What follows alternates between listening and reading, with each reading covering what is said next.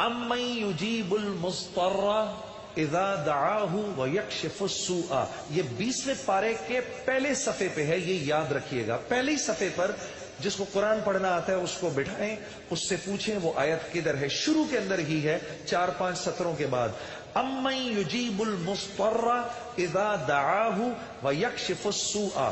جو یہ پڑھے گا اب سنیے اس کو کیا کیا ملے گا۔ سب سے پہلے کہ اس آیت کو جو ہر نماز کے بعد پڑھے گا، اس کے بعد اگر وہ دعا کرے گا، اللہ رب العزت فی الفور اس کی اس دعا کو قبول فرمائیں گے۔ اور اگر فی الفور قبول فرمائیں گے، اور اگر اللہ اپنے علم سے جانتے ہیں کہ تھوڑی دیر بعد اس کا قبول ہونا ضروری ہے، تھوڑی دیر بعد قبول کریں گے۔ اس ورد کا کرنے والے کی اولاد کو اچھے رشتے ملیں گے۔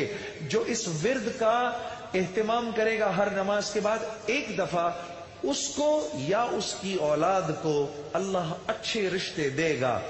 اس ورد اس آیت کے پڑھنے والے کو جب یہ کسی مشکل میں پھنسے گا، اور اگر اس کی زبان سے اس وقت نکلا، جب آپ سے موبائل چھیننے آتا ہے نا کوئی، اس وقت یہ دعا پڑھو، اس کو نظر ہی نہیں آؤ گے، اس کو نظر ہی، اس ظالم کو آپ نظر ہی نہیں آئیں گے۔ یہ میں آپ کو بتا رہا ہوں، میری گردن پکڑ لینا، اگر کسی کو دیکھو کہ موبائل چھیننے آ رہا ہے، یہ دعا پڑھو، امن یجیب المضطر اذا دعاہ ویکشف السوء۔ اللہ اس ظالم کو ہمت ہی نہیں دے گا آپ کے پاس آنے کی۔ اور اگر کوئی غم مسلسل 6-7 دنوں سے آپ کی طرف متوجہ ہے، کوئی خوف یا کوئی غم آپ کی طرف متوجہ ہے، ماں باپ میں سے کسی کا انتقال، بھائی بہنوں میں سے کسی کا انتقال، اولاد کی طرف سے کوئی غم مل رہا ہے، اس کا ورد بڑھا دو۔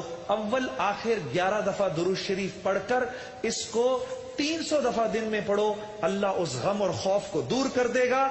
یہ ورد پڑھنے والا اللہ کبھی اس کو نامراد نہیں کرے گا۔ یہ جو دعا مانگے گا، امن یجیب المضطر اذا دعاہ ویکشف السوء، اللہ اس کی دعا پوری کرے گا۔